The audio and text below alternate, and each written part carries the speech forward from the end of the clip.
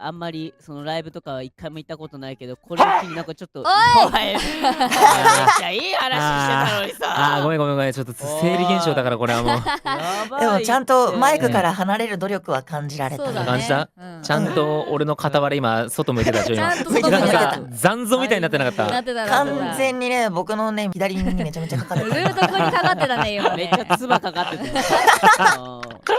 ごめんね、この話続けていいよ。いや、もういいです。なんで